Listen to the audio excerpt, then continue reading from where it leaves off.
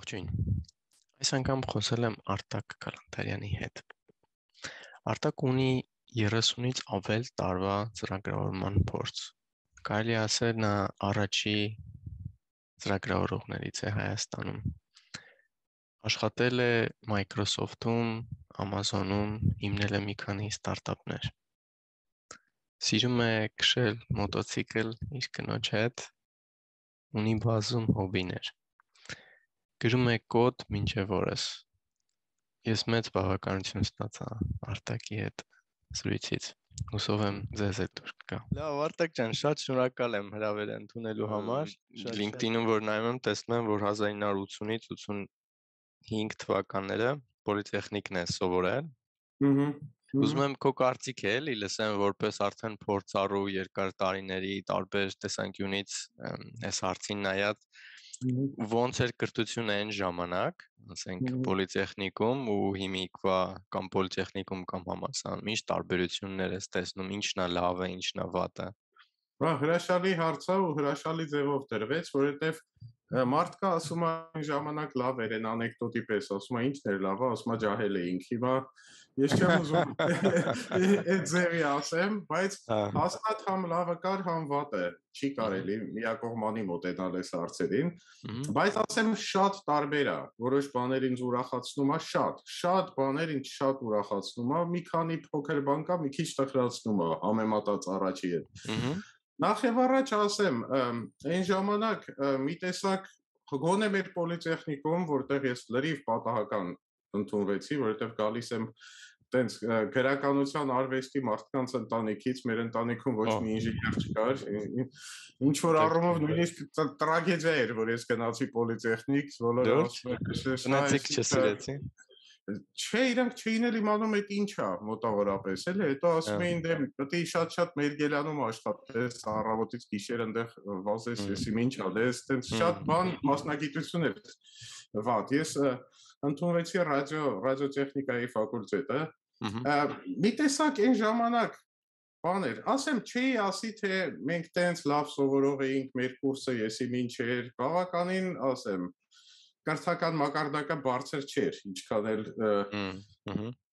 հիմա երևի պոպուլյար չի, բոլորը ասում են այն ժամանակ էին սովորում, չեմ կարծում թե առանձնապես, բայց ունեինք լավ ուսանողներ, հրաշք դասախոսներ ունեինք մի քանի հոգի, որի հետ անձնական շփումը ուղղակի հաճույք էր քո համար։ Բայց ավելի շուտ ասեմ, մի տեսակ ընդհանուր դրվածքներ։ Հիմա մարդիկ շատ կենտրոնացած են, ոնց որ ուզում են դառնան ինժեներ կամ գիտնական, արհեստ, որպես արհեստավոր։ Փող աշխատել, որտեղ հեշտ է, փող աշխատել։ Այ լսել ենք հեսա որ JavaScript սովորեմ, ես ինչքան փող եմ ստանալու, դառնամ բան, բայց իրականում մեր ժամանակ գոնե ով չէր սովորում, օրինակ մեր կուրսում մի քանի աղջիկ, շատ խելացի աղջիկներ ունեինք, մի երկու հոգին էլ անկեղծ ասում էին սովորում ենք դիպլոմ ստանալու, ամուսնանալու համար։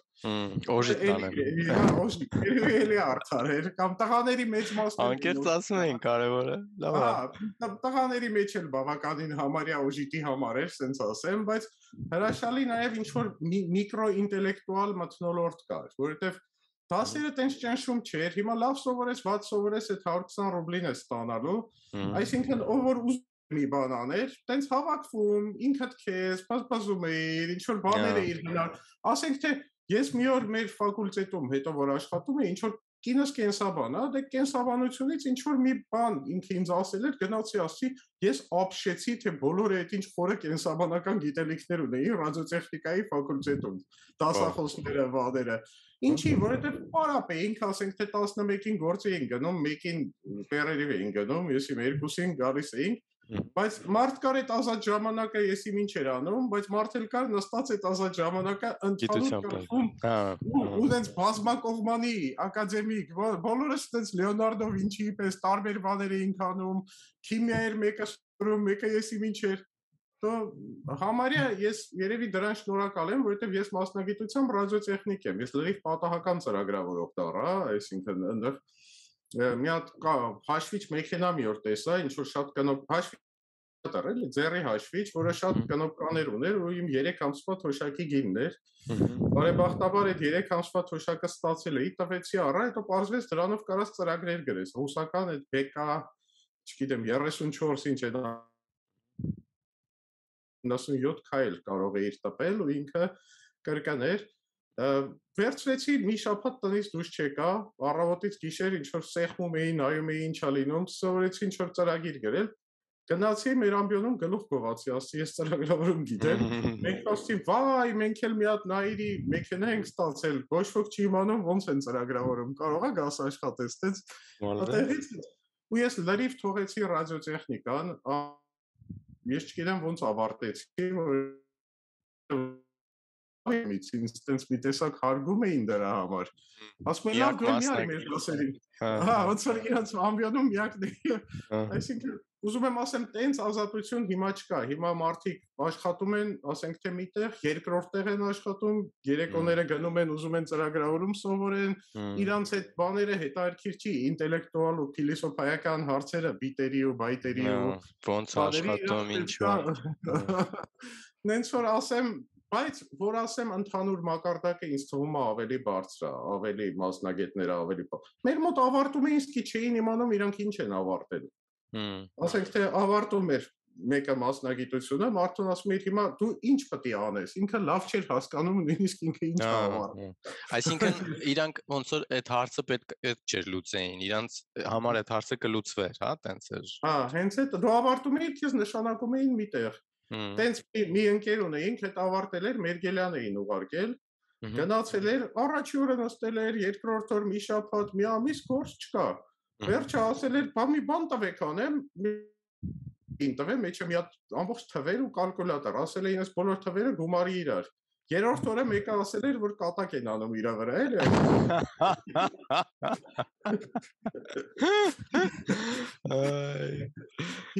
Հիմա տենց բաներ փառք Աստծո չկան, այսինքն գործում է, աշխատում է, ինչ որ բան է փորձում անի, ինչ որ բանի է, նույնիսկ պետական բաներում ես մեծ տարբերություն եմ տեսնում։ Մարդիկ աշխատում են, ինչ որ բան են անում, ինչ որ բանի ձգտում են, շատ դրական, ես կասեի միջին հաշվով։ Իսկ այդ ինտելեկտուալ մթնոլորտը երևի դառն է տենց։ Հիմա որ նայես, երևի Ամերիկայում էլ 60-ականներին գիտնականները նույն ձևի չէին, հիմա ամբողջ օրը գրանտ են գրում, ամբողջ օրը իրանց բան են անում։ Նույն դարաշրջանի խնդիրներ են իմ կարծիքով, ոչ թե Հայաստանը։ Հայաստան ոչ Հայաստան չէ, ժամանակի հարց։ Նույն բանն է, ոնց որ ասես հիմա գրքեր չեն կարդում, հիմա գրքեր ոչ ոք չի կարդում։ Ոչ թե Հայաստանում չեն կարդում, դարը փոխվել է, գրքի ժամանակը դժբախտաբար։ Կարծես անցել է այդ ֆորմատով, այդ ձևով, այս հաստության։ Փոխանում են այսպես հաստ գրքի։ Ժամանակի մեծ բան է, էլի, ներդրում է պահանջում։ Արտակ իսկ ոնց որոշեցիր, որ թիվն էր, որ դուրս եկար Հայաստանից ու որն էր գլխավոր դրդապատճառը։ Էլի անպայման իմ համար ամենալավ ժամանակն էր, այդ ես կասեի, ես տենց 27 տարեկանում մի օր տենց մեր ամբիոնում նստած էի, մի քիչ էլի սկզբից եմ սկսում, բայց ոչինչ։ Մի հատ Արայիկ անունով մի հատ հրաշալի դասախոս կար կողքի ամբիոններից մեկում, Պետրոսյան, ինքը մի օր եկավ, ասեց, ասի մի հատ ինչ-որ արտասահմանից հայ է եկել, ասի, որ մեր մոտ լավ ծրագրավորողներ կան, ձեռ առավ, ասեց, հա,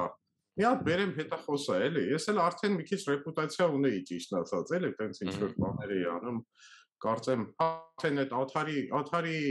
առաջի աթարին Հայաստանում ես ունեի, այդ խաղերն էի կոտրում, այսպես ասած, կոպիրայթները հանում էի, բոլորը ինձ տենց գալիս էին, ասցի, հա, մի հատ հանդիպեմ հաճույքով, հանդիպեցի այդ մարդու հետ, ինչ-որ մի բան ասեց, կարաս սենց բան անես, ասցի, հա, ինչ-որ ծրագիր էր պետք պորտ անել basic-ից C, թե ինչ,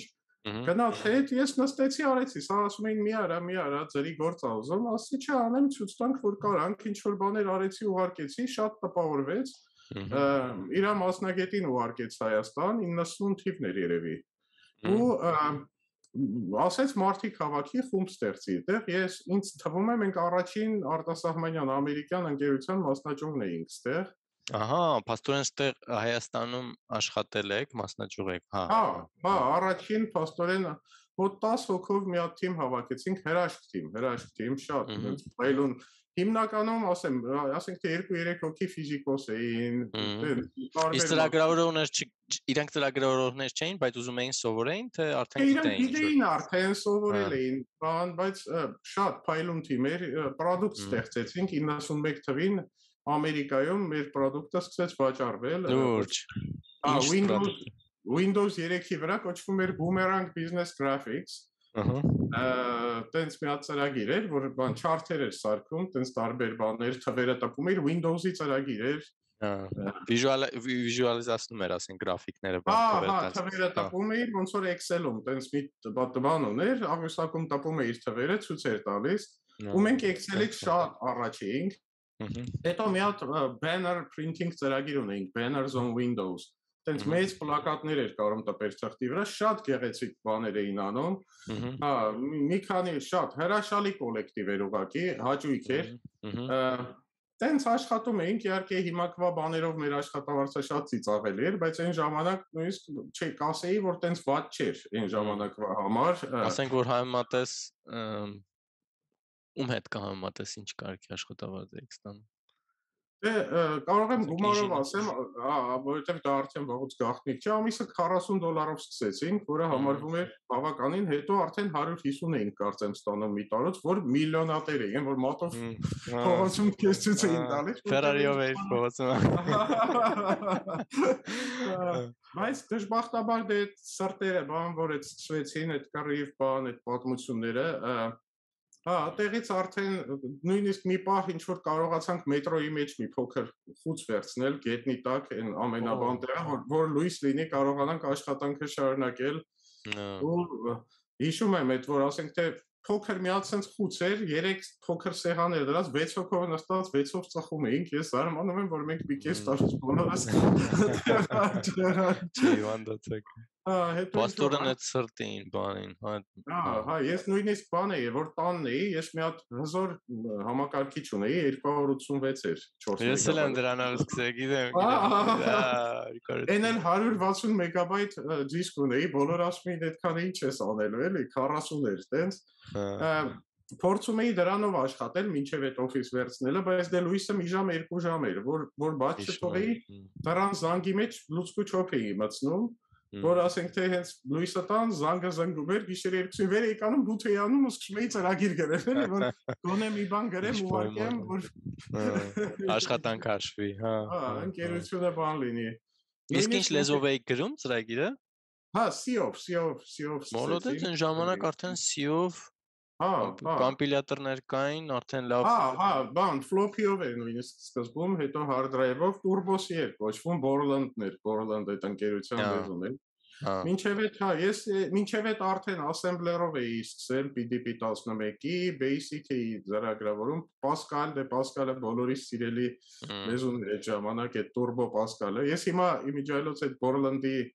ղեկավարի հետ մի երկու անգամ զրուցել եմ Ֆիլիպ Կանի հետ, որ այդ լեզուներն է հենց ստեղծել, շատ հետաքրքիր մարդ է, շատ օրիգինալ մարդ է։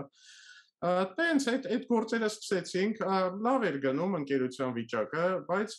ես ընդհանրապես այդ ժամանակ դե ինտերնետ, այսինքն համարյա կարելի ասել web հաստատ չկար,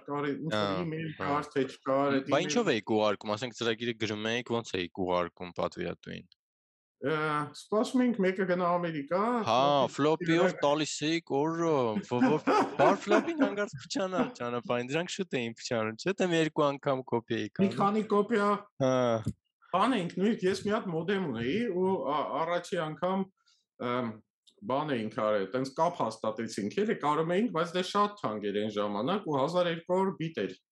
Ասենք թե մի 3 կիլոբայթ ֆայլը կարող է 20 րոպե ուղարկեինք, նամակներ էինք։ Բայց մենք այդ մինչև այդ մի հատ ուրիշ այդ մոդեմի հետ կապված հերոսություններ ենք արել, այդ երևի պետք է բացահայտեմ, ոչ ոք չի իմանում հələ այս մասին, բայց այն թվերին բան էր, մեզ եկել էր բան, երկրաշարժից հետո 90 թվերին բանին մեզ մի քանի հեռախոս բերեցին Sputnik-ով, որով կարելի էր զանգել Ամերիկա, աշխարհի ցանկացած տեղը, ու մեկը փչացած էր, մեզ մեկը թողեց, որ վերանորոգենք, իմ ընկերը իհարկե վերանորոգեց, բայց մինչև այդ մարդու հետ վերցնելը մի 2 շաբաթ ժամանակ կար, մենք կարողացանք դրա կոդերը փոխել, որպեսզի դրա հաշիվը գնա մի հատ թուրքական ռազմանավի,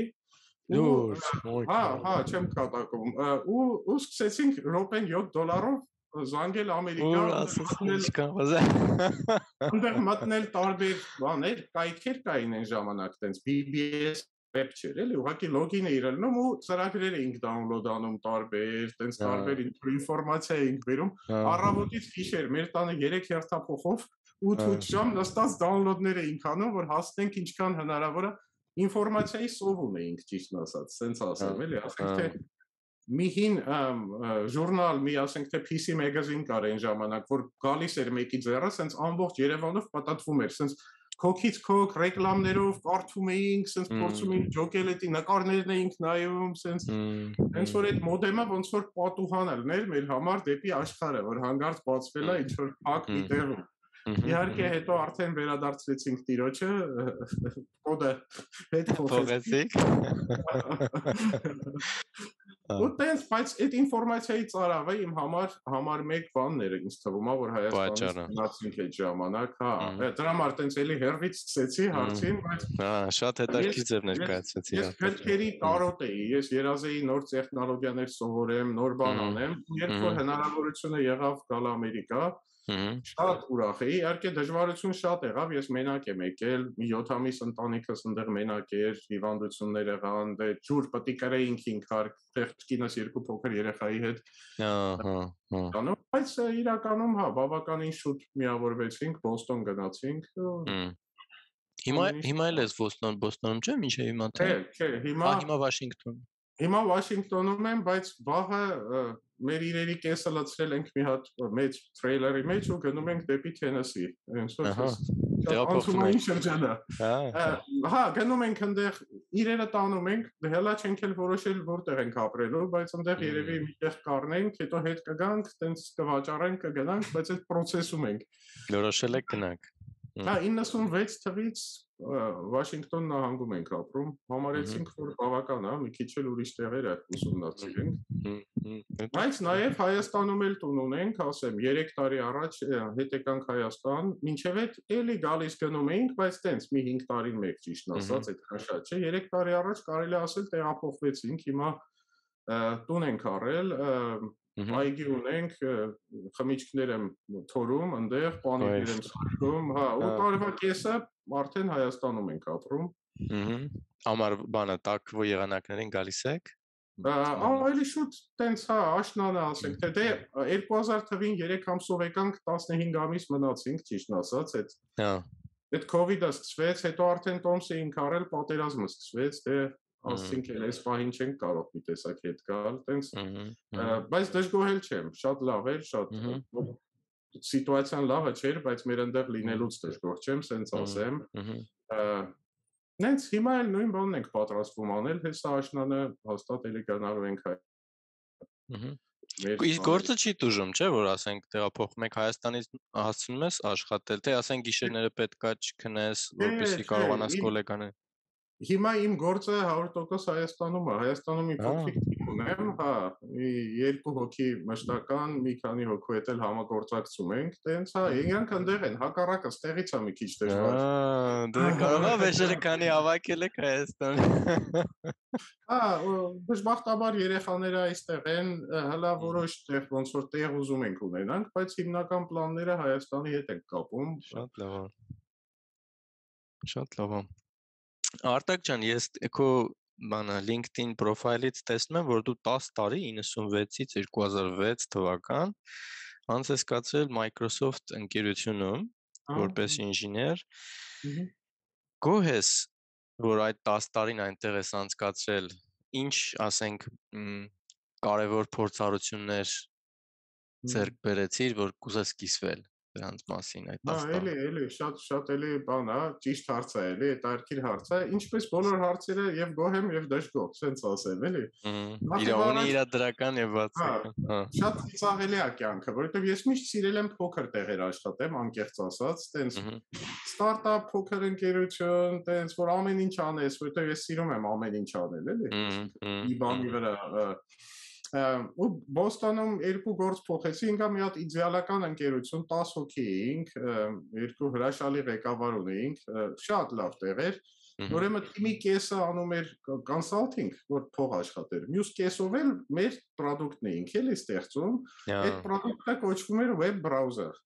որովհետև այդ թվերին web browser չկար, web-ը вообще ինչ էր, տենց ոչ ոք լավ չէր իմանում, մի հատ Mozilla անունով տենց browser կար, ում ասում էինք browser են գրում, բոլորը ասում էին, այդ արդեն մի հատ կա, էլի։ Ինչ-որ նայիվ բան կար, աշխատում էինք այդ browser սարքելու վրա, բայց մեկ էլ ինչ-որ պահի Bill Gates-ը գլխի ընկավ, որ այս ինտերնետի աշխարհ է եկել ու հետ ենք ընկնում ու մեր ընկերության ղեկավարի եղբայրը Microsoft-ում էր աշխատում, ինքը իմիջիայլոց spreadsheet-ների հնարողներից մեկն է, Bob Frankston, որ հնարել է, երկուսով են հնարել, թե spreadsheet-ը ինչ է, առաջի ֆիզիկա։ Հա, ու ինքը ասել էր, բա իմ եղբայրը Բոստոնում կամպանիա ունի, browser են գրում, Bill Gates ասել էր, արեք դրանց բերեք ստեղ, տենց մի օր եկան, տենց մեր ընկերությունը ուղղակի առան, որ մեզ բերեն, որ մենք ստեղծենք իրանց Microsoft-ի browser-ը։ Պաստորեն Internet Explorer-ը սկսվեց տենց, հա, իրանք մի վերսիա ստից սարքել էին 3-ը, բայց դա չէր աշխատում։ Մենք եկանք 0-ից նորից սկսեցինք Internet Explorer 4-ը ստեղծեցինք 10 ամսում, ուրիշ թիմի հետ իհարկե, մեծացավ թիմը։ Բայց մի տեսակ այդ մեր 10 հոգին, մեր այդ ընդդերի ընկերությունը, տենց հայտնվեցինք ստեղ։ Կորիզներ։ Ամենածիծաղելին այդ էր, որ նախկին ընկերությունում մինչև այդ Բոստոնի այս մյուսը գնալը, վերջինը մի լավ չինացի տղայի հետ ընկերություն էինք անում, երկուսս էլ դժգոհ էինք, վերջի ես գնացի, այս գործը գտա, իրան էլ ասի դու էլ արի, եկավ ինտերվյու անցավ, լավ առաջարկ արեցին, իրենց գոհ էին, հրաժարվեց։ Ասենք ինչի ես հրաժարվում, ասեց դե գիտես, ես ուզում եմ մեծ ընկերությունում աշխատեմ։ Տենց Microsoft, ասենք թե Apple-ական, IBM, Apple, բան, չեմ ուզում, ծիծաղելի է, որ դրանից 10 ամիս հետո ես Microsoft-ում էի, ինքը տենց էլ չկարողացավ մեծ ուզում ասեմ, եթե ինքը եկած լիներ մեր մոտ, ինքը շատ շուտով իր երազանքին հասնելու էր, բայց ինձ համար չի ասի, թե երազանքեր, շատ լավ բաներ կային, դե մեծ ընկերություն է, մեծ ընկերությունում դու մի քիչ ավելի սենց նեղ բանի մեջ ես որանում, բայց դրական բաներ շատ կային, շատ բան սովորել եմ, անկեղծ պտի լինեմ, նաև սովորել եմ նաև պրոցեսն եմ սովորել, որը Հայաստանում մի տեսակ թերագնահատում ենք, այսենք թե, որը հիմա ինձ թվում է շատ է օգնում ինձ, նույնիսկ իմ այս փոքր ընկերությունում, ասենք թե ինչպես պրիորիտետներ դնել, ինչպես կարողանալ task-եր դնել, որի վրա աշխատել, որի վրա չաշխատել, ինչպես project management-ը, էլի։ Project management-ի բաները շատ լավ էր ընդեղ արվում։ Թե չէ մենակ ծրագիր գրելով չի, էլի իրականում։ Կարաս շատ խելացի լինես, բայց աշխատես նես բանի վրա, որ հա, հետո պրիորիտետ, հետո հասկանաս, որ ամեն բանը գին ունի, ամեն feature-ը, որ կարող ես regression-ներ անես, որ ամեն բug պետք չի որ fix անես, տենց ընդհանուր բաներով շատ լավ էր, հետո շատ պայծառ հետարքիր մարդկանց հետ եմ շփվել, այդ էլ թեկուզ, ասենք թե նույն, ասենք թե մի մարդու հետ եմ շփվել, որը ray tracing-ն է հնարել, ասենք թե 3D այդ modeling-ի բանը ինքն է հնարել։ Այդ ինչա՞ մի քիչ ավելի մանրամասն կասես։ Ray tracing-ը այդ երկու ձև կա, հիմա եռաչափ պատկերները էկրանի վրա ցույց տալու։ Դե մեկը այդ ոնց որ հիմա display card-երն են անում, մի հատ ավելի ճշգրիտ, բայց դանդաղ ձև կա, որը կոչվում է ray tracing, որ փաստորեն մեկը կոպիտ ասած այդ ray tracing-ը ոնց որ աչքիդ մեջից ճառագայթներ է գցում այդ քո երաչափ սցենայի վրա ու տենց է որոշում թե ինչ հերթականությամբ, ինչ գույնով։ Բավականին հետաքրքիր տեխնոլոգիա է, հա։ Հիմա որոշ display card-եր արդեն real time կարողանում են այդ անել, բայց դա շատ ավելի ռեալիստիկ տեխնիկաներ, ասենք թե highlight-ին բաները ավելի հեշտ են տենց։ Իսկ խաղերը այդ ձևով չեն անում։ Երկու ամենամեծ գրաֆիկական նորամուծություններից մեկն է երևի աշխարհում։ Իր հետ աշխատել ես այդ մարդու հետ։ Չեմ աշխատել, բայց գնացել ֆորթ եմ հարցրել, որովհետև ես էլ էի 3D մի բան անում, ասեցի մի հատ գնա հետա խոսա, էլի, նայում եմ, այդ ինքն է։ Իր հետ կայֆ է, շատ կայֆ է։ Շատ, ես մարդկանց հետ եմ աշխատել, որ ասենք թե Microsoft Word-ի առաջի ծրագրավորողն է եղել եւ development manager-ը այն թվերից։ Հրաշալի է, իրոք հետաքրքիր մարդիկ։ Մեկի հետ եմ մի 3 տարի աշխատել, որը TCP/IP առաջի implementation-ն է արել 70 քանի թվին, փաստորեն ինտերնետի առաջի on-the-down-ով։ Այդտենց այդ առումով շատ հաճելի էր իմ համար, շատ սովորելու, շատ լսելու, շատ բանի հետաքրքիր մթնոլորտ։ Հետո մի բան էլ ասեմ, մի բան էլ եմ երևի ընդեղից սովորել, որ փորձում եմ կիրառել, այդ այն է, որ գործին հանգիստ վերաբերվել, գործին բան չանել, էլի ինչ որ մեկավար աշխատող, ավելի տենց Ամերիկայում շատ այդ կողմից շատ դեմոկրատական է, շատ հանգիստ է։ Իմ ասենք թե վիցեպրեզիդենտը, որ իր հետ մի անգամ party էինք միտեղ, մեկը զրույց էինք անում, մեկը եկավ ասում է Վարդակին որտեղից գիտես, այդ մարդը ասեց իրար հետ ենք աշխատում։ Չասեց, ես իրանց բաժանմունքի կոլեգասա ոնց իրար հետ ենք աշխատում։ Ուզում եմ ասեմ, էդ էլ իմ համար աչքերը բացելու համեստությունը, այդ ձևի համեստությունը, որ ինչ որ առումով երևի գուցե իմ հետ աշխատողները կասեն Հայաստանում, բայց փորձում ենք իրարել մեր մոդել։ Հա, ինձ թվում է այգին տենց փորձառություններ արդեն Հայաստանում օգտագործում են, կիրառում են։ Քո նման մարդիկ էլ տենց կամպանիաներ են բացում, կազմակերպություններ։ Շատ է փոխվել, շատ IT-ում հատկապես հրաշք, շատ լավ ընկերություններ կան, այն որ այն աղջի մի հատ կոֆե բերբանը վերացել է, էլի ոնց է, կոլեկտիվը իր հետ գործ են անում։ Իհարկե, շեֆն է հաճախ դնում կոֆեն, չի որ խնդիր կա դրա մեջ։ Մեր մոտ ուտելիքները հիմնականում ես եմ սարքում, բայց խմիչքները մի հատ հրաշալի մարդու հետ ենք աշխատում Սերգեյ անով, խմիչքների ամենալավ մասնագետն է, նենց կոկտեյլները սարքում։ Գորջ։ Այդ Հայաստանում։ Վայ, այդ տղան ուտելու սարքելուց էլ լավ է, մրցում ենք իրար հետ, ով լավ ճաշ է փում ասենք, թե լանչին ով այն սարքում, շատ լավ կոլեկտիվ ենք, շատ հաճելի մթնոլորտ։ Շատ ուրախ եմ, շատ լավ է, Արտակ ջան։ Իսկ հաջորդ փաստորեն Microsoft-ից հետո տեսնում եմ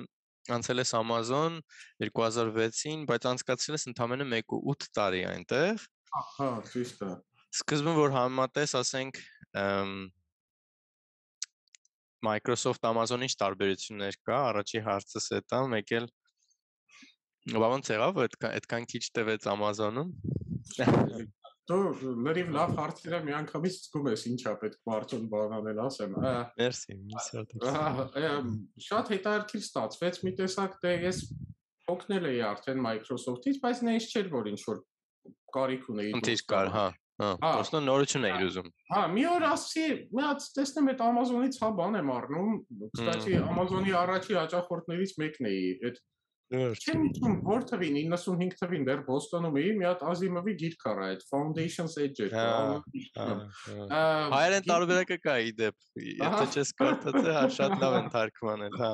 հավանեցի։ Մեկը ասեց կարաս on-line ինչ որ գիրք պատվիրես, ասեցի չէ, հա,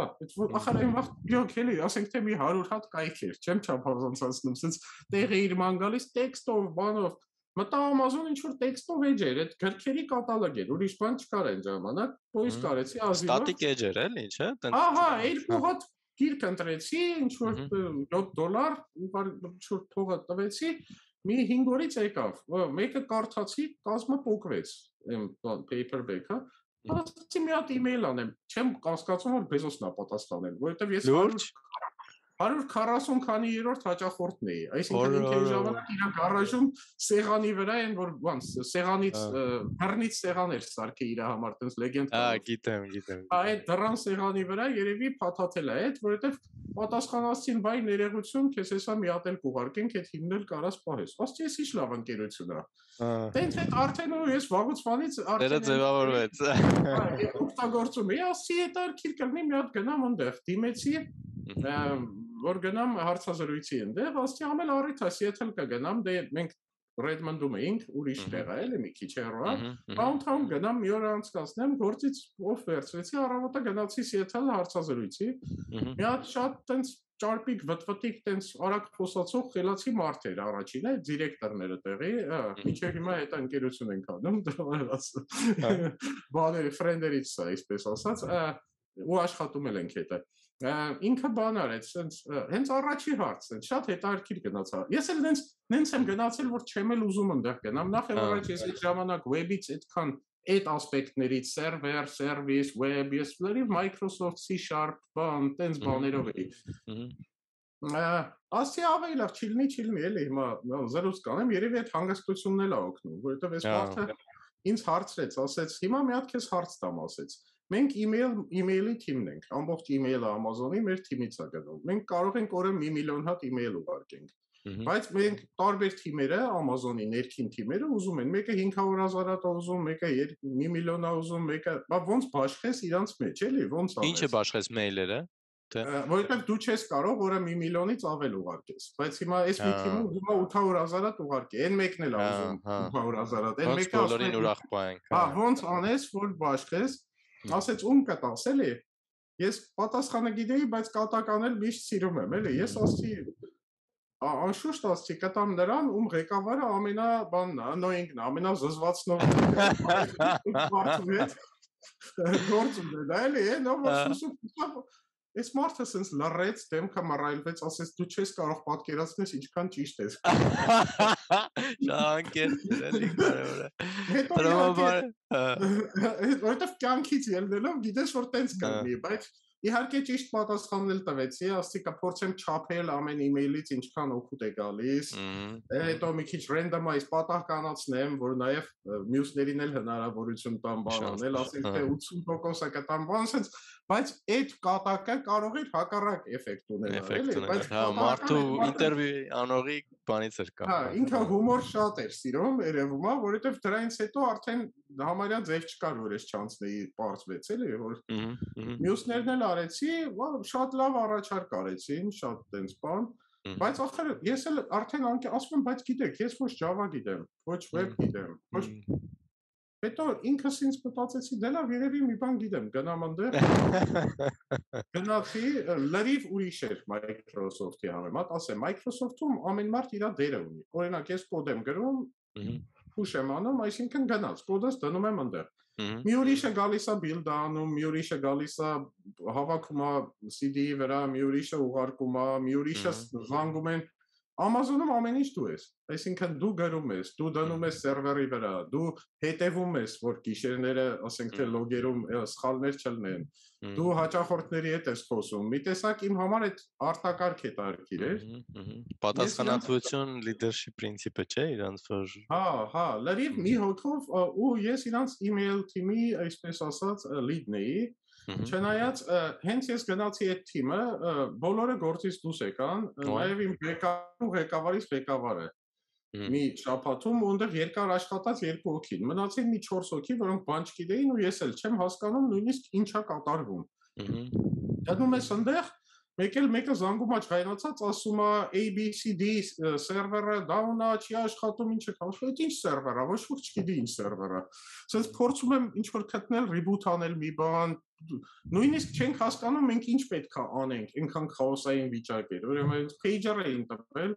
առավոտից գիշերին տարօրինակ pager էին գալիս, ուղղակի մի հատ սենց ահավոր վիճակ էր սենց։ Ես գիշերը չէր թողում քնել, հա, փաստորեն։ Օրենքով ես պետք է, ասենք թե հերթապահ լինեի 2 ամիսը մեկ մի շաբաթ, սենց առաջի 4 ամիսը ես անընդհատ այդ որտեղ ուրիշ մարդ չկար։ Ու մի տեսակ քաոսային վիճակ էր։ Հետո իհարկե մի քիչ ավելի կարգավորվեց, իրանց email-ի սերվերները բոլորը ոնց որ նորից գրեցի, սարքեցի, բայց արդեն շատ էի հոգնել, ճիշտ ասած, 10 էր, մոտ մի ժամ ամեն օր քշում էի։ Ճանապարհնել էր։ Հա, բոլոր McDonald's-ի ու Starbucks-ների տեղը արդեն գիտեի, որովհետև այն ժամանակ բջիջային կապը շատ լավ չէր հլա, բայց այդ on-call որ լինում ես, քեզ անընդհատ պետք է 10 րոպեում դու պատասխանես, եթե ինչ-որ մի բան է եղել։ Ես այս ավտո քշելուց արդեն որ մտնում միտեղ, վազում կաֆեն, լապտոպը անում ու միանում, որ այդ հարցը, որովհետև 15 րոպեում չէի պատասխանում, ընկերոջդ էր գնում նաև, եթե չէ ղեկավարիդ, եթե չէ դիրեկտորիդ, մի ժամից հասնում էր Բեզոսին, որը հեչ լավ բան չի, էլի, որ արտակը չի վերցրել իր բանը։ Դրա համար մի քիչ ստրեսը շատ էր, մի օր նույնիսկ հիշում եմ, տրասայի վրա հետ էի գալիս, տենց խցանում էր, կանգնեցի ու ննջեցի ղեկի մոտ։ Հետո հասկացա, որ սա արդեն առողջ լավ նշան չի, հա։ Հա, ու գնացի դիմում տվեցի, տենց դուրս եկա։ Աստուն նոր գործ ունեիր, թե չէ, ոչ մի գործ չունեի, այդտեղ էլ հետաքրքիր բանականոջս վաղուց էի ասում, թող ես տանը նստեմ, կինս այդ ժամանակ ինքն էլ Microsoft-ում էր աշխատում, ինքը չնայած կենսաբան է մասնագիտությամբ, կենսաֆիզիկոս, բայց թե ինչ տարբերություն։ Ասում եմ ես դուրս գամ բան, ասում եմ դե չէ, բա երեխեքը, բա պետք է կրթության տանք, բա էս անենք բան, բայց այդ պահին որոշեցի դուրս գալ, մի հատ ուրիշ կատակ էլ կար, գուցե հետո առանձին կպատմեմ, բայց վերջը որ դուրս եկա, սկսեցի ինքս ինձ մի տեսակ հասկանալ ինչ եմ ուզում անել, ինչ չէ, որպեսզի կինս շատ չնեղվի, սկսեցի տան ճաշերը ես եփել։ Նա այդտեղից էս փաստորեն դու լավ խորարդար։ Անցավ մի կես տարի կինս ասում է, գուցե դու մնաս տանը, ես լավ էլ եփում ես, արդեն ինքն է ուզում որ ես էլ, որովհետև տուն էր գալիս, ասենք թե ընտիր, մի 4 բանով տենց։ Բայց իհարկե ես այդտեղ սկսեցի շատ պատահական էլի մի ընկեր ունեմ, մինչև հիմա ունեմ, Kenny Lim է անունը, ծագումով Չինաստանից, շատ լավ տղա է, շատ զարգացած, Մալազիայից, Չինաստանից, չէ։ Մի օր ինձ բան արեց, ասեց շատ եմ խնդրում էլի, մի հատ գործ կա էլի, արի ինձ օգնի էլի, կոնտրակտ է։ Ասում եմ ինչ է, ասում է պետք է Android-ով ծրագիր գրես։ Այդ ժամանակ Android-ը նոր էր դուս եկել, ասենց նոր Apple Android, ասենց մի ոչ ոք չգիտեր այդ ինչ ա ու պետք ինչ որ խաղալիք է։ Ասցի, բայց ասցի ես ախր Android չգիտեմ, ես այդ Silverlight C#, C++, ասես թե լավ էլի կջոգես կանես, էլի տենց գնացի։ Գլուխ մարդես գլուխ կանես։ Ահա, Bing Maps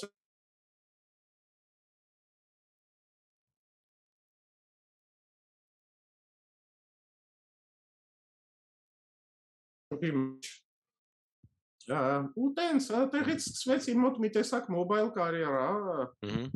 սկսեցինք մոբայլ ափեր սարքել, մի ծրագիր սարքեցի, որը բավականին հաջողակ էր, հիմա էլ կարծեմ շուկայում կա, բայց վաղուց ձեռ չեմ տվել, այդ ժամանակ սիրում էինք Microsoft-իներով հավաքվել Texas Hold'em խաղալ, մինչև որ պոպուլյար էր, այդ պոկերը, դրա հավանականությունները հաշվելու ծրագիր գրեցի, դրեցի շուկա, մի 30-40 հազար դաունլոդ եղավ, վաճառքել կար, այդքան շատ չէր իհարկե, բայց նույնիսկ մինչև այսօր մեկ էլ ասենք թե լոգին եմ ելնում, ինչ որ $6 փոխանցվել, $10, ամիսը, բայց նոր ուց որևէ բան,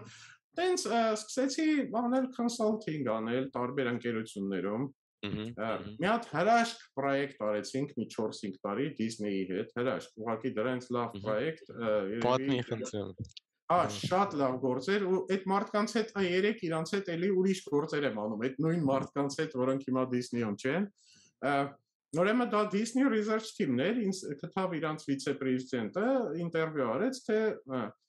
ուզում ենք մի հատ հետազոտական պրոյեկտ անենք, որ իրանք ունեին մի մասնագետ, դոկտոր, PhD, որը behavioral psychology, հայերեն չգիտեմ ոնց է, Պսիխոլոգեր, որը մարդկանց բանն էր, վարքագծի հոգեբան, վարքագծի հոգեբան, հայերեն ասի։ Ինքը մի հատ Disney պարկերում միշտ մի խնդիր ունեն իրանք, որ բոլորը գնում են միտեղ։ Պիկ ժամեր անեն։ 50 հատ ունեն կարուսել, բոլորն էլ լավն են, բայց բոլորը վերջինը, չէ, մարդու մոտ վերջի մոդելը, վերջի, ասենք թե վերջինը եսին որն է բացվել, Star Wars։ Ուրեմն այնտեղ գնում են, 3 ժամ հերթ են կանգնում, բան են անում, դժգոհեն են, մյուս տեղերը դատարկ են։ Ու կամ իրանք են դժգոհելնում, էլ մյուս անգամ բան, ու Disney-ը մտածում էր ոնց անի, որ մարդկանց հավասարաչափ բաշխվի։ Դե ինքն էլ զբաղվում էր, շատ, ինքը մտածում էր ինչ ինսենտիվներ տանք մարդկանց, հետազոտական պրոյեկտեր անում, որ ու տենց մենք մի հատ տենց սիստեմ սարքեցինք, app էր, որը քարտեզն է ցույց տալիս, հերթն է ցույց տալիս։ Հենց տեսնում ենք իրանք գնում են այնտեղ, որտեղ մենք չենք ուզում գնալ, մի հատ կուպոն ենք ուղարկում իրանց, ասում ենք, գիտես, այն մյուս հակառակներում հերթը քիչ է, ամել պաղպաղակ այնտեղ, ասենք թե $3 տեղը $1 է։ Ու տենց ես ամբողջ այդ սիստեմը սարքեցի սերվերով, որ հետևում էր բոլոր տենց գնում էինք Disneyland, Փարիզի Disneyland-ում ահագին արեցինք, Ֆլորիդայի, այնտեղ ես օֆիս ունեի, Main Street USA, այդպես ներսում, այնտեղ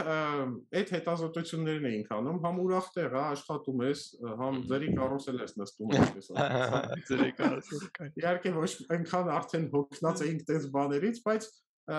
շատ հետաքրքիր էր, մարդկանց հետևում էիր ինչ են անում, ու ես ապշում եմ ինչքան հեշտ է մարդկանց կաշառել, էլի, ասենք թե մարդը $100 տվել է, որ գա այդ պարկում մի օր բան անի, էլի, ամեն մեկին $100, ասենք թե շոկ, ահավոր շոկ, ասենք թե 38 աստիճան, ասենց տեղից դուրս գալ չի լինում, մարդկանց ասում ես ձերի աջալ եմ տալիս $3-անոց, 2 կիլոմետր այդ շոքին քայլում են այդ պարկի մյուսներից մյուսը։ Բայց հետաքրքիր է ոնց եք որոշում ինչով կաշառեք, ասենք Ինչ օպցիաներ կային ու ոնց էիք որոշում։ Սա ավելի շուտ հետազոտական բան էր։ Մենք դա չէինք անում, որ արդյունք ստանանք, այլ հետազոտում էինք, թե դրա համար մենք ունեինք, ասենք թե տալիս էինք $1, 2, 3, 10 տարբեր խմբերի ու տեսնում էինք ինքը հոդված, վերջում հոդված էր տպում, թե ինչքանով քանի տոկոսը կաշավեց, շատ հետաքրքիր գործեր արեցինք։ Վերջնական ձեր որոշումը ո՞րն էր, ոնց որ ֆիքսեցիք, օքեյ, այսենց կթողենք, որ ինքը աշխատի, որովհետև ինքը լավ է բաշխում։ Ինչն էր բանը, պահպակի էժան բանը, որ պրոյեկտը փակվեց, բայց մի քանի հոդված գրվեց այդ մասին, որտեղ մեծ ընկերություն է, բայց մինչև այդ կարողացա մի հատ էլ ճամփորդական ծրագիր իրանց համար սարքել, որը Իտալիայում Disney-ը ճամփորդական ընկերություն ունի, ամեն տեղ ունի, Adventures by Disney է կոչվում։ Իրանց հետ գնացինք Իտալիա ծրագիրը փորձարկելու մի ամիս, ասենք թե շատ բաներ, ծանր աշխատանք էր, ասեմ, Իտալիայում ծանր տուրիստական ծրագիր էինք փորձարկում եւ աշխատավարձ ստանում դրա համար։ Ես բազմաթիվ առաջարկներ ունեի գալ ինձ ձրի օգնելու տարբեր կողմերից Համ հավես ժամանակ, համ աշխատավարձ։ Այդ փորձարկելն էլ որն էր, ծրագիրը ասում է, ասենք թե գնացեք այս ռեստորանը եւ փորձեք այս ճաշը, դե չփորձարկեմ ծրագիրը, տենց շատ հետաքրքիր մարդիկ էին, հետո իրանք դուրս եկան Disney-ից, այդ ղեկավարները պրոյեկտի, ու հիմա իրանք մի ուրիշ տեղ ստարտափ ունեն, ու մենք շատ բեղուն ձևով համագործակցում ենք մինչև այսօր։ Հայաստանում նույնիսկ իրանք մի պրոյեկտ են անում, բան են անում, հենց որ բայց շատ լավն էր, շատ լավ գործեր, իրոք լավ մարդիկ։ Կայֆ, պաստորեն այդ Burley Marmot Software-ը պաստորեն 2007 թվականին, որ հիմնել ես, դա դրա մասեր կազմում, թե։ Ինքը իմ կոնսալտինգ ընկերությունն է, էլի այսպես ասած։ Ես Իրանում եմ բանում, ինքը։ Ուտեղ տարբեր բաներ, փորձառություններ։ Տարբեր պրոյեկտներ, մի քանի բան արել ենք։ Հետո, ինչ որ պահի կինս էլ միացավ, ասեմ, էդ էլ հետաքրքիր եղավ, որովհետև ամեն անգամ իրան ասում էի, արի դուրս արի այդ Microsoft-ից, երիքա դեռ այն ժամանակ, գործը շատ է, արի ինձ օգնի, ասում էր, ինչքան փող կտաս։ Ասում էի, դե ուրեմն պետք է ինտերվյու անեմ, որ տեսնեմ։ Որտեղ մենք անհամաձայնության էինք գալիս, բայց ինքն էլ դուրս եկավ, միացավ ինձ, ու մենք տենց միասին այսքան տարի աշխատում ենք։ Շատ լավ, դե միշտ էլ փաստորեն մենք վաղուց ենք remote, եթե հիմա նոր են մարդիկ սկսում remote, մենք օրինակ երկուս էլ մոտոցիկլետներ սիրում ենք քշել, ու ասենք թե պրոյեկտ ենք անում Ալյասկա քշելու ընթացքում, ասենք թե երեկոները մոթելներում կանգնում ենք, մոտոցիկլետների մեջ ենք անում, շատ ճամփորդում ենք, դա մեզ թույլ է տալիս, ամբողջ Ամերիկայի բոլոր նահանգներում բազմաթիվ անգամներ եղել ենք, տենց, ու հիմնականում մեր մոտ գործը ու հանգիստը չի տարբերվում։ Էտա, ինձ միշտ ասում են, դու արձակուրդ, ասում եմ, իմ գործը այնքան հավես է, որ արձակուրդը որն է, կամ համ արձակուրդ է, համ գործ է։ Նույնն էլ հիմա, մենք հեսա մի շաբաթ պետքա քշենք ավտոյով, մեծ տրեյլերը կապած հետևից, բայց կոմպյուտերները մեր մոտն են, մենք գործերը շարունակելու ենք ճամփին անել, որևէ բան չկա, որևէ բան չի կանգնելու։ Շատ հետաքրքիր է։ Իսկ ասենք այդ երկար տարիների, որ ասենք բանը փորձ ունեք remote հեռակա աշխատելու, ասենք պրոդուկտիվության տեսակետից, ասենք շատ մարդիկ ոնց որ այս վերջին մի 2 տարին են բազապես սկսել տենց remote աշխատել, ինչ խորհուրդներ կտաք, ինչի ուշադրություն դարձնեն, որպեսզի ասենք արդյունավետությունը պահեն էլի բարձր թմային, ոնց հասկանում եմ հիմնական խնդիրը այդ team զգացողությունն է, որ չես զգում քեզ թմի մաս, ինչ որ կարևոր գործի մաս, երբ որ remote ես, այդ խնդիրը ոնց եք էլի լուծում։ Էլի շատ ճիշտ հարց է։ Հիմնականում իմ պրոյեկտները ես մենակ եմ արել կամ շատ փոքր բանով, անկեղծ ասած, հենց որ այդ խնդիրը այդքան չեմ ունեցել, բայց դա իմ կարծիքով չլուծված հարց է ուղղակի։ Կան ինչ որ ծրագրային էլի մոտեցումներ, էս անենք, այն անենք, հենց ստարտափներ բան, բայց չգիտեմ, լավ չի աշխատում։ Իսկ ոնց անել, որ պրոդուկտիվ ելնես չշեղվես, դա էլ հրաշք հարց է, դա մի քիչ մարդուց է կախված։ Օրինակ մարդ կա, որ պետք է շատ ճիշտ sense խնդիր ունենա, schedule ունենա ու պետք է պահանջ ունենա, այսինքն իրան պետք է ասես, մինչև վաղը էս բանալնի։ Մարդկա հակառակը։ Չի սիրում որ տենց։ Ոչ միայն չի սիրում, այլև ես եմ խնդրում, ասում եմ ժողովուրդ ջան, մի վռազեք։ Հարց կա, հանգիստ եղեք, ամեն ինչ լավ է։ Իրանք բան էլի ոնց որ self driving բարտավորված են զգում։ Հա։ Ու դրա համար այնքան տարբեր է։ Օրինակ ես սիրում եմ գիշերները աշխատել, քաոտիկ կյանքը ինձ լավ է, ասենք թե կինս ավելի լավ է աշխատում, եթե ասենց որոշակի ասենք թե այս ժամին պետք է անպայման անես, մի տեսակ է, բայց ամենակարևոր բանը, որ Հայաստանի հետ է կապված, Հայաստանում մի տեսակ շատերի մոտ հələ աշխատանքի հարգանքը չկա, ես նկատել եմ։ Ոնց ասեմ, ստեղ ես որ ասում եմ աշխատում եմ, ինձ ոչ ոք չի զանգի։ Ասենք թե իմ մոտիկ ընկերներ շատ ունեմ, որ նույնիսկ կարող է առանց զանգելու էլ գան, չնայած կարիքը չկա դրա բարձա, բայց իրանք միշտ ինձ կհարցնեն, կգրեն, կասեն հարմար է զանգեմ կամ հարմար է դու ես զբաղված ես, դու բան, մի տեսակ հարգում են, որ ես աշխատանքի մեջ եմ, վերջացավ։ Տանում մարդիկ շատ հաճախ չեն կարողանում տնից աշխատեն, որովհետև ընտանիքը դե տանն ես էլի, դե լավ մի հատ գնա խանութ, ես իմ երաշիկ դե ընկերներն են գալիս, հա դե տանը նստած ես գիշերը կանես, շաբաթը sense կյանքը սկսում է խառնվել։ Տանում տնից էի աշխատում, մի տեսակ բան է, պետք է շատ ուժեղ դու դնես սահմանները, ասես գիտես ինչ կա, ես տանն եմ, տանը չեմ, այս ժամից ես հաշվեք ես մեռած եմ, հաշվեք ես չկամ։ Դրա համար ուզում եմ ասեմ, Ամերիկայում այդքան դա ինձ թվում է բան չի, ընդհանրապես արևմուտքում sense ասեմ, որովհետև գործի հարգանք համոզված եմ Գերմանիայում բացառվի։ Բայց Հայաստանում չէ, դժբախտաբար, հա, այդ մոմենտը կա, դրա համար փորձում ենք ինչ-որ օֆիսային մի տեղ ունենալ, որտեղ մարդիկ կան, հետո հաճախ հարմարել չի, ասեմ, Հայաստանում տները բավականին փոքր են, չէ։ Աղմուկ է, այդքան տեղ չկա։ Իսկ փաստորեն աշխատանք ու ոնց որ կյանք, ուզում եմ թարգմանեմ անգլերենից work-life balance-ի պահը։ Հա, այդ պահը էլի, որ ասում ես խաոտիկ եմ ես սիրում, ոնց որ երբ ուզենամ անցնեմ աշխատանքի, երբ ուզեմ հանգստանամ, ոնց որ իմ անձնական բաները անեմ, այդ բալանսի հետ կապված ինչ կասես, այդ բալանսը ոնց ես անում, որ բալանսը կա տենց բան բալանս, թե հորինված բան է ինքը вообще։ Ես կա բոլոր մարդկանց համար հաստատ պետք է, բայց ախր դա պետք է եթե դու հավես գործ չես անում։ Հա։ Ճիշտ եմ ասում, իմ արած գործերը, եթե իմ գործը հավես չի, ես ուղղակի չեմ կարողանում արդեն անել, երևի մի քիչ բնավ։ Բալանսը շուտ է, շեղում է դեպքում, եթե փաստորեն աճել։ Արդեն չեմ, sense, բայց իմ արածները այնքան ես զգում եմ, որ հավես օգտակար բաներ են, այսինքն ես չեմ անում դա մենակ, որպեսզի յոլա տանեմ, մի ձևի բան անեմ, այլ ուզում եմ այդ արվի։ Ես հակառակը կարող է գիշերը 3-ին վեր կանամ կամ աշխատեմ ու դա իմ համար ստրեսի աղբյուր չի, դա իմ համար իմ հաճույքն է։ Ես շատ եմ սիրում իմ գործը, ես սիրում եմ տեխնոլոգիա, ես սիրում եմ լավ դիզայն, ես որ լավ բան եմ գրում, ուրախանում եմ։ Ես իմիջիայլոց ինքս էլ մինչև այսօր ծրագրավորում եմ ամեն ինչ անում եմ, չնայած թիմ ունենք, բան ունենք, բայց ես էլ կինս էլ ես հաճույք եմ ստանում դրանից ինձ։ Մենց որ իմ մոտ տենց հարց անկեղծ ասած չի էլ ծագել։ Ես Աշխատապահություն եմ անում նաև երկու ընկերություն, փաստորեն, 2-3 նույնիսկ, հա, ես ուզում եի հարցնել դրա։ Ես մի քիչ նաև երևի, էլի հայերեն դժվար է այս ասել control freak եմ, այսինքն օրինակ ես իմ հարկերը ես եմ անում Ամերիկայում, եւ անձնական եւ ընկերության։ Փաստորեն դա էլ ես հասցնում։ Հա, այս corporation-ի հարկերը այդքան էլ հեշտ չի կամ բան չի, բայց անում եմ, այսինքն եւ ադմինիստրատիվն եմ անում եւ բանկային փոխանցումներն եմ անում եւ ես եմ անում, բայց այդ իմ գործն է, ես հաճույք եմ ստանում։ Ալնում է որ մենք շաբաթ կիրակի չունենք, մեկ զանգում եմ մեկին, ասում եմ աշխատանքի ես, ասում եմ այսօր կիրակի, ասում եմ հա, իմ համար ինչ շաբաթ, ինչ կիրակի վեր ենք կանում,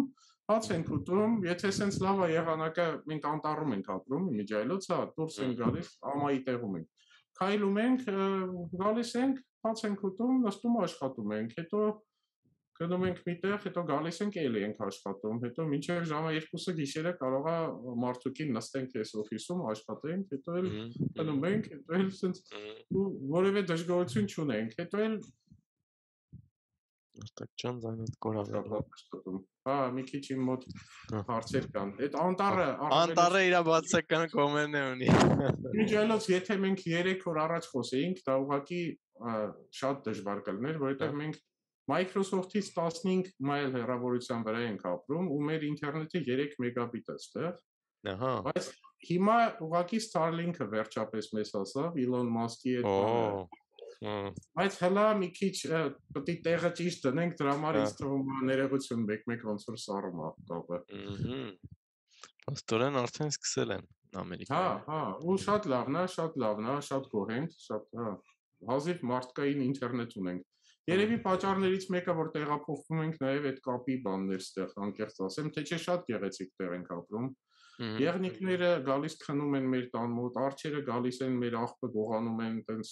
բան, անտառներ, սարեր, ես բնություն շատ եմ սիրում։ Շատ լավ է, Արտակ ջան։ Փաստորեն 2018 թվականին հիմնել ես եւս երկու գազམ་ակերպություն,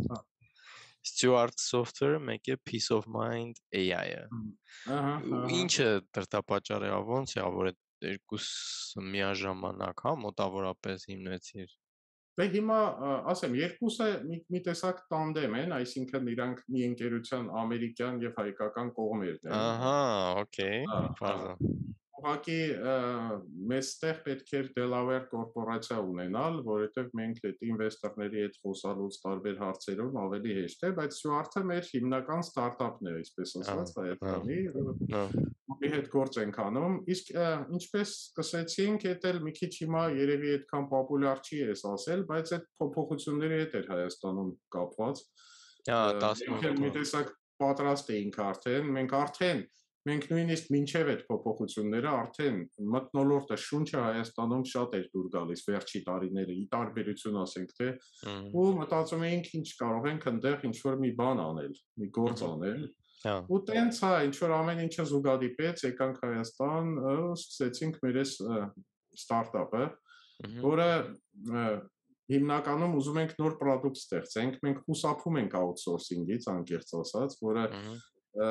շատ մարդիկ շատ հաջող անում են ու լավ են անում ու դա էլ պետք է զարգացնենք, բայց մեր նպատակը այս պահին այդ չի։ Product-ը։ Իսկ ինչ product եք ուզում սարքեք, ինչ խնդիր է լուծում։ Դա էլ շատ հետաքրքիր սկսվեց։ Առաջինը փորձնական մի հատ տուրիստական product սարքեցինք, որը release արեցինք COVID-ից մի քիչ սկսվելուց առաջ, շատ հաջող ստացվեց այդ մասը։ Կատակ եմ անում, բայց մեծ բան չէր, մի փոքր walking tours Երևան ունենք, walking tours Boston, New York, տենց չենք բանանում հիմա, բայց հաջորդ product-ը ավելի հետաքրքիր եղավ, մեր տղան մեզ միացավ այդ գործում, փաստորեն, ինքը PhD ունի UCLA համալսարանից եւ Stanford-ում է աշխատել, իր մասնագիտությունն wearable medical devices, բայց computer science, այսինքն կրվող բժշկական սարքերի մասնագետ է։ Բազմաթիվ հոդվածներ ունի, ասենք թե 50-60 հոդված է տպել բան այդ ուղղությամբ, ու մեր ընտանիքում տարիներ առաջ տենց պրոբլեմ եղավ, հարազատներից մեկը Ալցհեյմերի հիվանդություն ուներ ու մենք փորձում էինք խնամել, մենք մտածում էինք ինչ որ մի բան կլինի, որ օգնի այդ գործում, պարզվեց, որ ոչ մի գործիք զարմանալիորեն չկա, որ գոնե մի թեթև քեզ օգնի այդ դժվարին գործում։ Մեր տղայի վրա էլ էր շատ ազդել, ու ինքը մտածում էր ոնց անի, որ այդ գործին օգնի։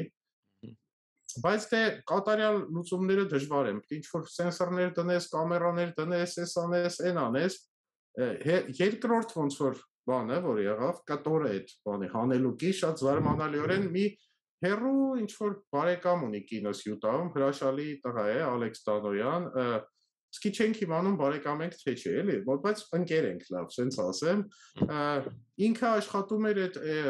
տան ավտոմատացիայի ընկերությունում, այդ Home Automation, Internet of Things, այդ որ բան, դաչիկներ բան խելացիան ունի։ Հա, խելացի տունը, մի օր ասեցի նա ցույց տուր, այդ ինչ է, էլի։ Ասեց, վայ հեսա, մամայիս, պապայիս տանը դրել եմ, իրանք Յուտայում են ապրում, ասեց մի հատ մտնեմ, հեսա տես, բան, մեկ էլ ասեցի, ա, տես մամաս ինչի դուռը չի բացել, արդեն ժամը 11-ն է, բա ինքը ամեն օր գնում է խանութ ժամը 10-ին։ Մի տեսակ այդտեղ ես հասկացա, որ քեզ կատարյալ ինֆորմացիա պետք չի, նույնիսկ այդ մի բանից դուռը բացվել, փակվել է, արդեն քեզ ասում մեծ ինֆորմացիա։ Հա, զարմանալիորեն, էլի, ու տեղից ոնց որ ստեղծվեց մեր ընկերությունը, որ peace of mind հենց այդ առումով, որ խաղաղություն իստի ու սկզբում ուզում էինք ժամացույցների վրա սարքեինք smart watch-երով, որ դու կարողանաս հետևել քո հարազատներին, ծեր հարազատներին, հիվանդներին, բայց պատրաստ չէր տեխնոլոգիան, նույնիսկ այսօր ինձ թվում է, ասենք թե երկար չի մարդկոցը աշխատում, կամ ինքը SIM card չունի, պետք է բարդ է, մենք ուզում էինք parse system սարքենք, որոշեցինք, որ հեռախոսը հենց այդ parse system-ն է, որը պետք է, որովհետև հեռախոսի մեջ, չգիտեմ, հակին քանակով սենսորներ կան, 20-ից ավել, ինչեր կան, իսկ մարդկանց մեծ մասը 70% գոնե Ամերիկայում 75 տարեկանների ունի արդեն smartphone։ Հայաստանում էլ իմիջիայլոց բավականին բարձր տոկոս է, ես զարմանում եմ։ Ասենք թե իմ կնոջ հայրը 80 տարեկանում շատ լավ սովորել է 75-ից 77-ից ամեն ինչ օգտագործում է, ամեն ինչ անում է ու շատերը գիտեմ, որ մեծ տարիքում տենց ու տենց այդ ստեղծեցինք, փաստորեն երկու բաղադրիչ ունի, մի ծրագիրը դնում ես այդ քո հարազատի հեռախոսին, ասենք թե գյուղում ապրող պապիկ ունես, որ ու ստանում ես behavioral data, այսինքն իրանք ոնց են եղել շարժը ինչքան են թե չէ, ինչքան են քայլել է շատ կարևոր։ Իմիջիայլոց մենք warning ենք ուղարկում, զգուշացում, եթե իրանք չեն քայլել։ Ասենք Պապի, եթե չքայլես, գալ եմ մտդ հյուր, հա։ Ամեն օր 2000 քայլ եթե քայլում է, իսկ 2 օր չի քայլում, կարող է ոտը ցավացել է, կարող է դեպրեսիայի մեջ է, etc. Իսկ եթե շատ էլ է քայլել, դա էլ լավ բան չի, չէ՞, ասենք թե մի օր 10000 քայլ է քայլել, էլի անհանգստանում ես։ Հետո մենակ քայլելը չի, նույնիսկ ասենք թե մարդկոցը նստել է, թե չէ հեռախոսի, դա էլ է, չէ, ինֆորմացիա, ասենք թե ով կթողի իրանը նստի հեռախոսը, այդ դու քեզ այդ ամեն ինչը չարջերի վրա դրած է, լիցքավորվում է, թե չէ գիտես, ստրեսն ենք նույնիսկ հաշվում, թե ինչքան է վերցրել, դրել, ինչ է արել, բավականին լավ աշխատում է, ահագին ընկնելները կարող ենք իմանանք, եթե ինքը ընկել է, այդ արագացումից բանից մենք կարողանում ենք որոշել գիշերը, եթե ձեռը վերցնի հեռախոսը, չքեն գիշերը։ Իմանում ենք, ուրիշ բան, նույնիսկ եթե դու մոռացել ես հեռախոսը դրել միտեղ, մեզ բան է գալիս, որ հեռախոսը մոտը չի։ Կարաս զանգես ասես, մոտդ պահել է հեռախոսը, մի բան պետք է լինի, ուզում եմ ասեմ, ու տենց այդ համակարգը սարքեցինք, հիմա արդեն կա շուկայում, հա։ Հիմա ավելի շուտ մարքեթինգով ենք զբաղված, փոքր նույնիսկ pilot study արեցինք Հայաստանում, փորձարկեցինք, բավականին լավ արդյունքներ ստացանք, գոհ էին մարդիկ։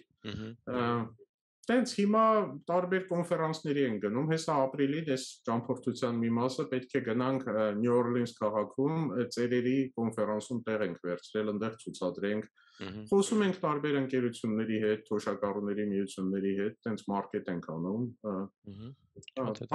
Բայց ինքը պաստորեն կոնկրետ սպეციფიկ չի AЖՄ-ի հիվանդության հետ, չէ՞։ Չէ, ցանկացած, առողջ նույնիսկ, եթե ուղղակի մեծ մարդ, հա, ուզում ես ուղղակի իմանաս ոնց, հա, մի քիչ, հա, ցանկացած, նույնիսկ բաներ եղան, թե աուտիզմի համար կարելի է օգտագործել, ասենք թե երեխեք կան, որ աուտիզմ ունեն ու առանձին են ապրում, այսինքն ծանր չի, բայց մի քիչ խնամքի կարիք ունեն, մեկի հետ խոսացինք, ասեմ մեր հաճախորդներից մեկը այդքան շատ չունենք առայժմ հաճախորդ, որ Իսրայելում մի տղա է, որի երեխան, այսպես ասած, seizure-ներ ունի, ինչ-որ հիվանդություն է ձեռք բերել 15 տարեկանում, որ ընկնում է, էլի, ընկնավորում է, չգիտեմ ոնց են ասում։ Ահա, ընկնում է ու իրանք ինքը ինչ մանայեք է լավ չի աշխատել ու մեր ծրագիրն է օգտագործում այդ երեխայի հեռախոսի վրա դրելա, որ իր մոտ ցնցումներ բան սկսվեն, ընկնի երեխան ինքը իմանա ու մեզ շատ օգնում է, մեզ առաջարկներ արեց ինչը փոխենք, մենք իրան ձրի տվեցինք մեր ամենալավ այսպես level-ը վարեցինք, տենց աշխատում ենք, գիտեք շատ հաճելի է, երբ որ տեսնում ես քո գործը ինչ-որ մեկին թեկուզ մի փոքր օգուտ է տալիս։ Երևի դա էլ հենց էներգիա է տալիս, որ շատ առաջ է տանում, զարմանալի տեղերից մեկ-մեկ բաներ են լինում, օրինակ մի շաբաթ առաջ խոսում էի NGK անունով աշխարհի ամենամեծ Spark plug, ռուսերեն switch-ը, հայերեն չգիտեմ որն է, այն ավտոյի մեջի մասեր արտադրող ընկերության հետ։ Ահա, Ինչ կապ ունեն դա։ Ասին ուզում ենք հետդ խոսանք, ասի լավ, Բերկլի համալսարանի ինչ որ բաժին ունեն, ասում եմ կներեք էլի, բայց դուք դրա ամենալավ Լավ ընկերությունն եք հասկացել ինչ եմ ես անում։ Ես ասում են, ինձ ասեց այդ մարդը, ասեց գիտես Fuji-ի ու Kodak-ի պատմությունը։ Ասի դե լսել եմ, գիտեմ, հա, ասում է երկուսն էլ ֆիլմ էին սարքում, չէ, ֆոտոապարատներ ֆիլմով։ Ասում է Kodak-ը չկարողացավ առաջ գնա, սնանկացավ ու վերացավ։ Fuji-ն ուղղությունը փոխեց, ուրիշ տեղեր գնաց ու կարողացավ շատ լավ շարունակել։ Ասում է հիմա մենք ենք էլեկտրական մեքենաները գալիս են, էլ իրանք այդ ստեչաների կարիք ունեն։ Այո։ Մենք որոշել ենք այս ծերության խնդրով զբաղվել Ճապոնիայում, ճապոնական ընկերություն 40% ծեր կա։ Մենք հիմա իրանց հետ ինչ որ համագործակցության բաներ ենք ման գալիս, ոնց անենք, որ ասում ասեմ բավականին այդ առումով էլ հետաքրքիր է։ Այս ստարտափների աշխարհը, այս բանը ինձ համար մի քիչ նորություն էր, որովհետև երբեք տենց անմիջական չէի զբաղվել ու շատ տենց ինձ դուր է գալիս։ Իհարկե պետք է մարքեթինգ սովորես, որը սովորում ենք, պետք է իրանց լեզուն սովորես, որը սովորել ենք կարելի է ասել, բայց հետաքրքիր է։ Բերկլի համալսարանի հետ մենք ընդունվեցինք իրանց ակսելերատորը, այնտեղ բավականին հետաքրքիր շփումներ, կապեր ունեցանք։ Այնտեղ մի հատ հայ մարդ կա, որը մեզ բավականին օգնեց Կարեն անունով մեկը, շատ լավ խորհուրդներ տվեց, շատ հետաքրքիր խելացի մարդ է, Կարեն Գյուլդավյան։ Տենց աշխատում ենք, տեսնենք։ Լավ կլինի, ես դες հաջողություն եմ արթում, Արտակ ջան, շատ ես ուրիշ հարցեր չունեմ, ես մեծ բավականություն ստացա, ձեր գործին մաղթում եմ ամենալավը եւ հուսամ Հայաստանում կհանդիպենք շուտով։ Անպայման մի բան էլ պետք է ավելացնեմ էլի Հայաստանի մասին, մենք այս վերջի 3 տարուց փաստորեն 2-ից ավելը Հայաստանում ենք եղել ու ապրել ենք, ուզում եմ ասեմ, չենք տուրիստ եղել, այլ ապրել ենք, աշխատել ենք, մոտոցիկլետով պատտվել ենք, Տավուշ ենք գնացել, Ղարաբաղ ենք գնացել, հետ եկել, բայց ուզում եմ ուղղակի ասեմ, թե ինչքան հիացած ենք այն Հայաստանով, իր մթնոլորտով, երիտասարդությամբ, աշխատանքի շրջապատով ու ինչքան երջանիկ ենք, որ մենք հնարավորություն ունենք այնտեղ ժամանակ անցկացնելու։ Իսկապես հրաշալի ժողովուրդ ունենք, հրաշալի երիտասարդներ ունենք, ու սա ասում եմ մի մարդու, որը Գազպրոմի հետ գործ ա ունեցել։ Ուզում եմ ասեմ տուն ունենք, էլի, ոչ թե բանենք, այքան հարցեր են եղել, վադել են եղել, բայց ընդհանուր առմամբ խնդիրներ բոլոր տեղերն էլ լինում են։ Ու փորձում եմ շատ խրախուսել, ու ինձ թվում է ստացվում էլ, ես ինձ անվանում եմ արևմտահայության դեսպան Հայաստանում, որովհետև այնտեղ եմ ծնվել, մեծացել, բայց երկար տարիներ ստեղ եմ ապրել։ Հիմա ով մեր կողմերից գալիս է, ինձ հետ խորհրդակցում է ու շատ մարդիկ գիտեն, որ տեղափոխվում են, տուն են առնում, նույնիսկ մարդիկ, որ Հայաստանում չեն ծնվել։ Ես վերջերս մի հրաշալի զույգ Լոս Անջելեսից եկան Հայաստան, մեկը ասում էր Կասկադում եմ տուն ուզում, մեկը ասում էր Ավանում եմ տուն ուզում, Գոշ գյուղում առան տուն։ Որ շատ զարմացա։ Մեծ համասարան, մեծ պլաններ ունեն, մի հրաշալի գործեր են այնտեղ սկսել, մի էսենց էլի ուրիշ մի հատ Թինա անունով մի հրաշալի կին պատահակ հանդիպեցինք Կանադայում բենզին լցնելու բենզակայանում մոտոցիկլետով գնում էինք, պարզվեց եկել է Հայաստան, տուն են առնում, աղջիկն է Հայաստանում, բան ուզում եմ ասեմ շատ դրական շարժում կա, ես էլ հա փորձում եմ խրախուսել բոլորին, որ էլի իմ կոչն է, բոլոր եթե արտասահմանում ապրող հայերը լսում են, մի հատ եկեք հետս խոսեք, ես անկեղծ վատն էլ կասեմ, լավն էլ կասեմ, կփորձեմ ձեզ օգնել, որ այդ երազանքը իրականանա։